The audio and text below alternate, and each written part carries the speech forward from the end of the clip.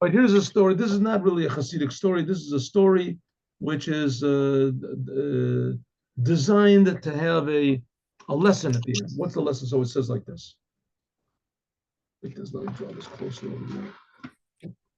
There we go. So once there was a Jew. I mean, it's sort of a semi-joke also, but anyway, it's a very deep point. Once there was a Jew, we'll call him Stanley, and Stanley was a Jew, was a religious Jew, but he never really got the attention that he thought he deserved from everyone. And sometimes in synagogue or whatever, he would make a joke, nobody would laugh at it, and eventually he got very, very sort of disenchanted with going to the synagogue and with Judaism in general.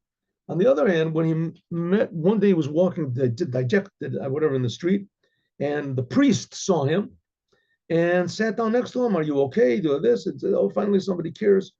And they were talking, and the Stanley made a little joke, something, and the priest laughed. And he said, oh, finally somebody really appreciates me. And the priest said, I see you're a very talented person.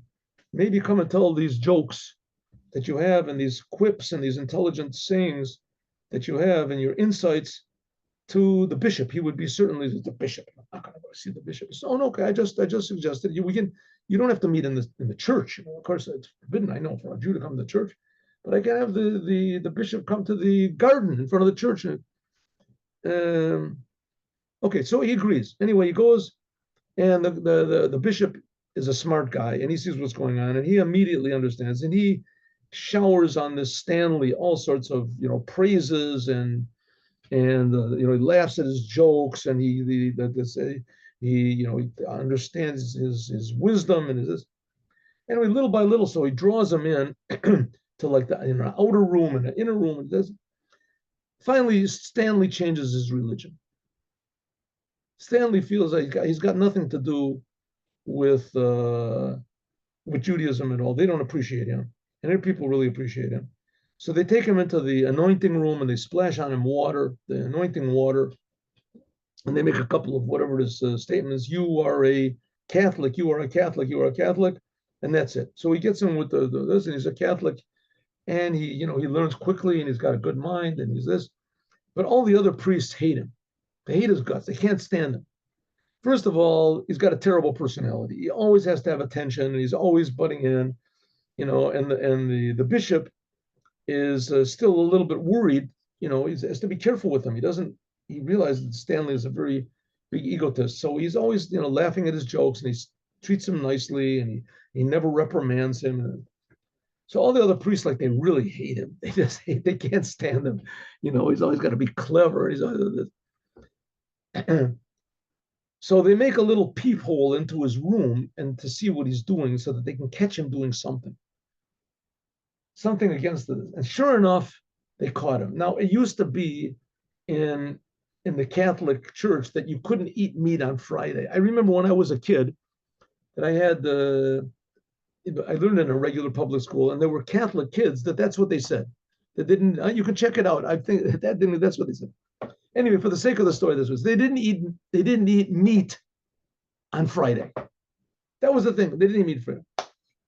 I think they negated this law or something like that. They changed this. But anyway, couldn't eat meat on Friday. So they make a little peephole in Stanley's room, watch to see what he's doing. And sure enough, they see that Stanley goes into his room and he locks the door.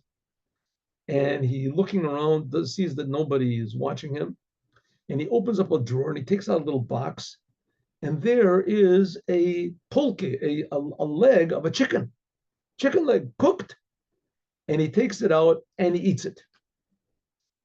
And so they immediately run to the bishop and they say, Your Highness, Stanley, we caught him eating meat on Fridays. Can't be eating meat on Friday. That's not. Says, let me call him. So we saw it. Let me call him. So they call Stanley and they say, Stanley, the bishop says, we have a rumor that you ate meat on Friday. Maybe you forgot it's Friday. I forgot it's Friday wedding. Of course, I don't forget anything. Eat meat on Friday? What do you think I am, some sort of an apostate? meat on Friday? No way. I didn't eat meat on Friday. No way. So the bishop says, okay, I just heard a rumor. He calls in the other priests and says, listen, I talked to him about it, and he denies it. He says, well, denies it. We saw it. We saw it with our own eyes. What do you mean denies it? He denies it. He says, well, listen, it's his word against your word, and I don't know what to do. And, he's new here. And, maybe he made a mistake or something. Maybe.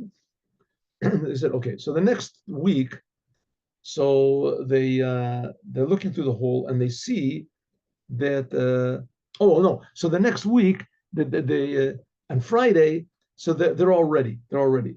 And they got one priest is hiding behind a drape, and another one's hiding under his bed, another one's hiding behind his desk or something. And sure enough, Stanley comes in and he locks the door and he takes out the box and he puts the psolka in his mouth, and they immediately jump out and grab a hold of him and tie him up with the bone sticking out of his mouth. They already prepared a special thing like this, and they tie him up and they take him to the bishop. And they say, Your Highness, Your Holiness, here he is, caught red-handed or red-mouthed or whatever. The bone is sticking out of his mouth. Chicken. And the bishop said, I don't believe it, Stanley. How could you let us down like this? How could you do it? So he goes, So the bishop says, well, according to the law, the statute, whatever, he has a right to defend himself. So the other priests are saying, listen, he's clever, don't listen to him, don't listen. He said, he has a right to defend himself. And so they undo the thing, and he swallows the meat. They take out the bone, and he says, Your Highness, Your Majesty, Your Holiness, I didn't eat meat. So all the other priests are going, oh, whoa, whoa. You see what you got over here? This man is an incorrigible liar. You saw your eyes. So he says, please, the bishop says, Brother Stanley, I saw with my own eyes that you ate meat, and you know that it's Friday. So says, of course I know it's Friday. What's the question? Said, well, then how do you explain it? Said, well, that wasn't meat. Said, what? It wasn't meat. Here's the bone. There's a bone, and we saw you eat it. Said, let me explain. Said, I remember that glorious day when I was accepted into the church. You took me down into the holy anointing room, and you splashed water on me, the holy water, and you said, you are a Catholic, you are a Catholic, you are a Catholic. I remember that day, and I remember the power of the water, and I became a transformed man.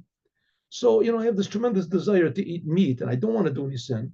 So what I did was that every, Thursday night, as I go into the holy anointing room with this meat, and I splash with water on it, and I say, you are a potato, you are a potato, you are a potato. And that's why it's permissible to eat. I didn't eat meat, I ate a potato. What's the point of the story?